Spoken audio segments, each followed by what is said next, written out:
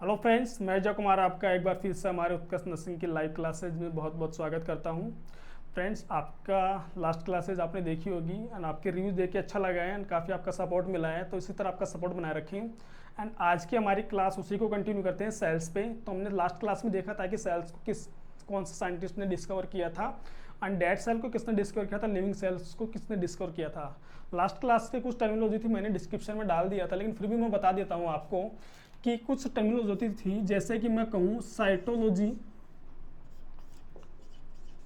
Cytology and histology. ये important है, ये एग्जाम में पूछ लेता है कि microscopic study of cell is known as cytology. तो microscopic study of cell is known as cytology and microscopic study of tissue. ठीक है गाइस, ये दो टर्म्स होते हैं जो काफी इंपॉर्टेंट होते हैं। एंड फादर ऑफ साइटोलॉजी किसको कहते हैं? फादर ऑफ साइटोलॉजी कहते हैं रॉबर्ट हुक को। ये क्वेश्चन इंपॉर्टेंट है, फादर ऑफ साइटोलॉजी। ये क्वेश्चन पूछा जाता है, वो कहते हैं हम रॉबर्ट हुक। ओके, ये तीन क्वेश्चन इंपॉर्टेंट है। फिर हम लास्ट क्लास में देखा था हमने सेल मेम्ब्रेन क्या होती है, सेल बॉडी, इसके अंदर दो पढ़ते हैं, साइटोप्लाज्म एंड ऑर्गेनल्स। फिर आता है हमारा साइटोसोल, फिर हमने पढ़ा था न्यूक्लियोप्लाज्म एंड प्रोटियोप्लाज्म किसे कहते हैं। तो सबसे पहले हम इनको देख लेते हैं कि साइटोप्लाज्म उसको कहते हैं जिसके अंदर फ्लूइड के साथ में ऑर्गेनल्स प्रेजेंट होते हैं। अगर ऑर्गेनल्स निकाल देंगे तो जो बचता है ओनली फ्लूइड, उसको हम साइटोसोल कहते हैं। न्यूक्लियोप्लाज्म उसको बोलते हैं हम न्यूक्लियोप्लाज्म जो न्यूक्लियस एंड न्यूक्लियस के बीच के अंदर जो फ्लूइड प्रेजेंट होता है। समझने के लिए जैसे कि मैं एक स्ट्रक्चर बनाऊं, ये मैंने न्यूक्लियस बनाया, तो ये हो गया अपना न्यूक्लियस या न्यूक्लियस एनवेलप एंड न्यूक्लियोलस। ठीक है, तो इसके बीच में जो फ्लूइड प्रेजेंट होता है उसको हम कहते हैं nucleoplasm. And nucleoplasm plus cytoplasm को मिलकर कहते हैं प्रोटियोप्लाज्म। मतलब ऐसे दोनों फ्लूइड्स साइटोप्लाज्म एंड न्यूक्लियोप्लाज्म मिलके क्या बनाते हैं? प्रोटियोप्लाज्म। ठीक है, यहाँ तक क्लियर है। इससे नेक्स्ट हम पढ़ते हैं, फिर ये लास्ट क्लास तक हो गया था, फिर हम पढ़ते हैं इसके आगे एंडोप्लाज्मिक रेटिकुलम के बारे में, जो मैंने हेडिंग डाल रखी है। ओके, एंडोप्लाज्मिक रेटिकुलम ये एक मेम्ब्रेन बाउंडेड स्ट्रक्चर होती है जो कि न्यूक्लियस से अटैच होती है। इसको सबसे पहले डिस्कवर करने वाले साइंटिस्ट थे पोर्टर। इन्होंने इसको on the basis of ribosome दो तरीके से डिवाइड किया। ठीक है, इसको डिस्कवर करने वाले साइंटिस्ट थे पोर्टर। ठीक है, एंड इसको on the basis of ribosome दो तरीके से डिवाइड किया, rough endoplasmic reticulum, smooth endoplasmic reticulum. ठीक है, रफ एंडोप्लाज्मिक रेटिकुलम उसको कहते हैं जिसकी सरफेस पे राइबोसोम प्रेजेंट होते हैं। ठीक है, जिसकी सरफेस पे राइबोसोम प्रेजेंट होते हैं उसको हम कहते हैं रफ एंडोप्लाज्मिक रेटिकुलम। जैसे कि ये राइबोसोम प्रेजेंट होते हैं। ठीक है, इसलिए हम इसको रफ एंडोप्लाज्मिक रेटिकुलम कहते हैं। इसका फंक्शन क्या होता है ये समझते हैं। रफ एंडोप्लाज्मिक रेटिकुलम ये हमारे प्रोटीन सिंथेसिस में हेल्प करती है। प्रोटीन सिंथेसिस की प्रोसेस हम तब पढ़ेंगे जब न्यूक्लियस के बारे में पढ़ेंगे, काफ़ी अच्छे से उसके बारे में डिस्कस कर लेंगे। इसलिए हम इसको रफ एंडोप्लाज्मिक रेटिकुलम कहते हैं, क्योंकि इसके ऊपर राइबोसोम प्रेजेंट होते हैं और जो आर राइबोसोम होते हैं, आरएनए, राइबोसोमल आरएनए, जो कि हमारे प्रोटीन सिंथेसिस का वर्क करते हैं। एंड दूसरा फंक्शन इसका ये है कि ये जो ऑर्गेनल्स डेड हो जाते हैं उनको सेल से बाहर निकालने के अंदर हेल्प करता है। जैसे हमारा किडनी एक्सक्रीटरी फंक्शन करता है, उसी तरीके से ये रफ एंडोप्लाज्मिक हमारे अंदर सेल्स के अंदर ये उसका फंक्शन करता है। इनके डेड होने के बाद उनको सेल से रिमूव आउट करने का काम करता है। जबकि स्मूथ एंडोप्लाज्मिक रेटिकुलम ये detoxification of drugs and synthesis of cholesterol, ये दो मेन फंक्शन इसके हैं, detoxification of drugs and synthesis of cholesterol. ठीक है, तो लिख लेते हैं, जैसे कि ये प्रोटीन सिंथेसिस में हेल्प करता है and warm out of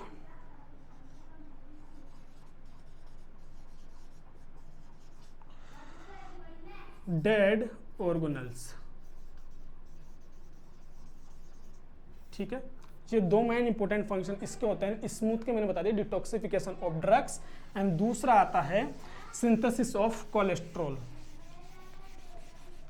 इसके दो होते हैं, synthesis of cholesterol, and second आता है इसका डिटॉक्सिफिकेशन ऑफ ड्रग्स।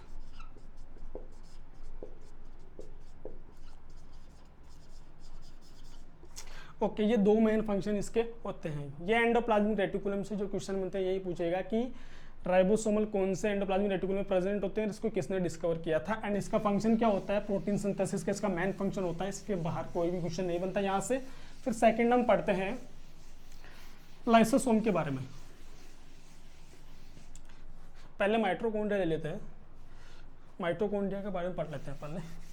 तो माइटोकॉन्ड्रिया का फंक्शन होता है कि ये हमारी सेल्स का पावर हाउस कहलाता है। कोशिका का शक्तिगृह कहते हैं माइटोकॉन्ड्रिया को, क्योंकि इसके अंदर एटीपी का फॉर्मेशन होता है जो कि एनर्जी के लिए काम में आते हैं।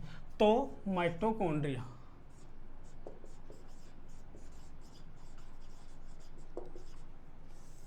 ठीक है, इसको रिचार्ड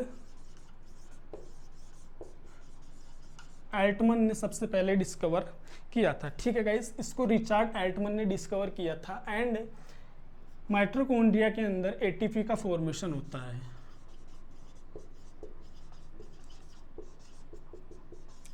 कौन से प्रोसेस के थ्रू? By oxidative phosphorylation.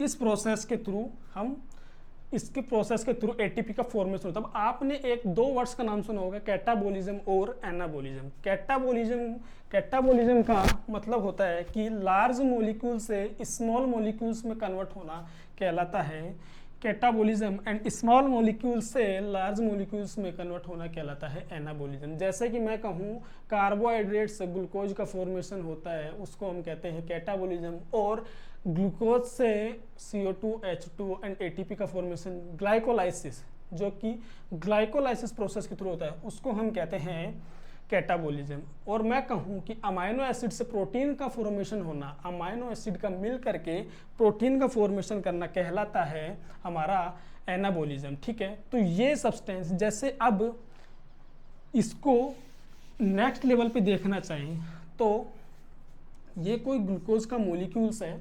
ठीक है, ये हमारी सेल्स के अंदर एंटर करता है। सेल्स के अंदर किसमें? साइटोप्लाज्म के अंदर। ठीक है, यहाँ पे ग्लाइकोलाइसिस की प्रोसेस शुरू होती है। ठीक है, यहाँ पे ग्लाइकोलाइसिस प्रोसेस शुरू होती है, जिसकी वजह से सबसे पहले in the presence of oxygen 2 pyruvic acid का फॉर्मेशन होता है, और उसके बाद में वो माइटोकॉन्ड्रिया में एंटर करते हैं। ये प्रोसेस काफ़ी लंबी है, इसको मैं वर्बली बोल देता हूँ। वो माइटोकॉन्ड्रिया में एंटर करते हैं, माइटोकॉन्ड्रिया में एंटर करते हैं, वहाँ से 2 ATP का फॉर्मेशन, 2 ATP का फॉर्मेशन तो आपके साइटोप्लाज्म के अंदर हो जाता है। 2 ATP का फॉर्मेशन जैसे ही 2 पायरुविक एसिड बनते हैं तब होता है, एंड देन जब ये माइटोकॉन्ड्रिया के एंटर कर जाता है, फिर वहाँ पे 34 ATP का फॉर्मेशन होने लगता है। 34 ATP प्लस 2 मिल के बनाते हैं 38 ATP। तो एक ग्लूकोज मॉलिक्यूल्स मिलकर के बनाते हैं 36 से 38 ATP का फॉर्मेशन करते हैं। तो एग्जाम में क्वेश्चन आता है ATP का फॉर्मेशन करते हैं। अब एग्जाम में क्वेश्चन आता है कि एक ग्लूकोज का मॉलिक्यूल्स कितने ATP फॉर्मेशन करता है? 36 से 38 ATP in the presence of oxygen. अगर ऑक्सीजन की प्रेजेंस नहीं है तो वहाँ पे लैक्टिक एसिड का फॉर्मेशन होता है, और अगर ऑक्सीजन की प्रेजेंस है तो वहाँ पे 36 से 38 ATP का फॉर्मेशन होता है। ये आपका माइटोकॉन्ड्रिया कंप्लीट। जो क्वेश्चन बनते हैं हम कवर कर लेंगे। देन इसके बाद आता है लाइसोसोम। लाइसोसोम, ठीक है, लाइसोसोम। अब लाइसोसोम को हम जनरली कहते हैं कि इसको सुसाइडल बैग के नाम से जाने जाते हैं। ठीक है गाइस, तो lysosome is also known as suicidal bag of cell. क्यों कहते हैं सुसाइडल बैग ऑफ सेल? क्योंकि इसके अंदर दो तरीके के एंजाइम प्रेजेंट होते हैं, प्रोटियोलाइटिक एंड दूसरा आता है हाइड्रोलाइटिक। प्रोटियोलाइटिक ये एंजाइम क्या करता है? प्रोटीन को ब्रेक डाउन करने का काम करता है। तो प्रोटीन एंड ये हाइड्रोजन बॉन्ड को तोड़ने का काम करते हैं, हाइड्रोजन को तोड़ने का काम करते हैं। ठीक है, तो प्रोटियोलाइटिक एंजाइम प्रोटीन को ब्रेक डाउन करते हैं, हाइड्रोलाइटिक एंजाइम हाइड्रोजन को ब्रेक करते हैं। लेकिन अब इसका इंपॉर्टेंस कहाँ है? क्यों इसे सुसाइडल बैग कहते हैं? इंपॉर्टेंट बात ये है क्योंकि जैसे मैं कहूँ कि हमारी बॉडी के अंदर जब कोई फॉरेन पार्टिकल, जिसको हम कहते हैं एंटीजन, ठीक है गाइस, एंटीजन एक प्रोटीन के मिलके बने होते हैं, एंटीजन एंड एंटीबॉडी, ये ध्यान रखना। तो एंटीजन एक प्रोटीन पार्टिकल से हमारी बॉडी के अंदर एंटर करता है। बॉडी में बहुत सारी सेल होती हैं जो कि नंबर में 7 to 8 ट्रिलियन प्रेजेंट होती हैं। ट्रिलियन नंबर के अंदर हमारी बॉडी में सेल्स प्रेजेंट होती है। जब कोई एंटीजन हमारी बॉडी में एंटर करता है तो हमारे बॉडी के अंदर जो सेल्स में न्यूक्लियस प्रेजेंट होता है वो इसे परसीव करता है, और इससे परसीव करता है, फिर न्यूक्लियस संकेत देता है किसको? लाइसोसोम को। और लाइसोसोम की मेम्ब्रेन जो होती है उसको ब्रेक डाउन करवा देता है। ब्रेक डाउन करने से उसके अंदर से दो एंजाइम रिलीज हो जाते हैं, और ये एंजाइम जो प्रोटियोलाइटिक एंजाइम है वो जाके एक्ट करता है एंटीजन पे। ठीक है, ये प्रोटियोलाइटिक एक्ट करता है एंटीजन पे। ये मान लो एंटीजन है, ये प्रोटियोलाइटिक एंजाइम जाके इसके ऊपर ऐसे अपनी स्ट्रक्चर बनाना शुरू कर देता है, जिसको हम एनगल्फ कहते हैं, और इस पूरी प्रोसेस को हम फैगोसाइटिक प्रोसेस कहते हैं। फैगोसाइटिक प्रोसेस के अंदर जो डोमिनेंट सेल होती है वो होती है हमारी न्यूट्रोफिल्स, जो कि एक WBC सेल है। ओके गाइस, तो मैंने कहा फैगोसाइटिक रिएक्शन कैसे होती है? कोई एंटीजन हमारी बॉडी में एंटर किया, एंटर करने के बाद न्यूक्लियस उसने परसीव किया, न्यूक्लियस परसीव करके लाइसोसाइम की मेम्ब्रेन को रप्चर करवाएगा। लाइसोसाइम से निकलेंगे प्रोटियोलाइटिक एंजाइम, प्रोटियोलाइटिक एंजाइम जाके एक्ट करेंगे एंटीजन पे, एंटीजन जाके इस एंटीजन पे प्रोटियोलाइटिक एंजाइम जाके एंटीजन की चारों तरफ अपनी कवरिंग कर लेंगे, और जो एक्टिव एंटीजन था उसको इनएक्टिव बना देंगे, और आपकी बॉडी के अंदर कोई भी रिएक्शन देखने को नहीं मिलेगी। और वहां पर जो डोमिनेंट सेल होती है न्यूट्रोफिल्स होती है।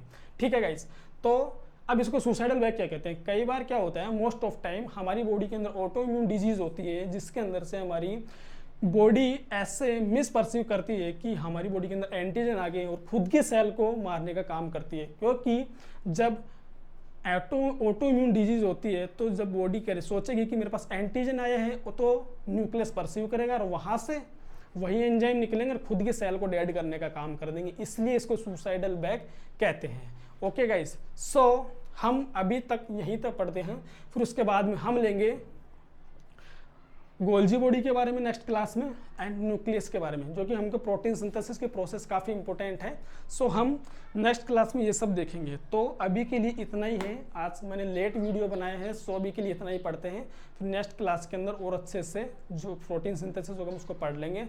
सो गाइस, आपका ऐसे सपोर्ट बनाए रखें। अच्छा लगा लास्ट क्लासेस की रिव्यू देख के, एंड ऐसे आप कमेंट करते रहिए, कमेंट किया करो ताकि पता चले कि क्लासेस में कोई कमी तो नहीं है, और आपका ऐसे सपोर्ट बनाए रखें। आज की क्लास कोई क्वेरीज हो तो बता देना। Okay guys, thank you so much.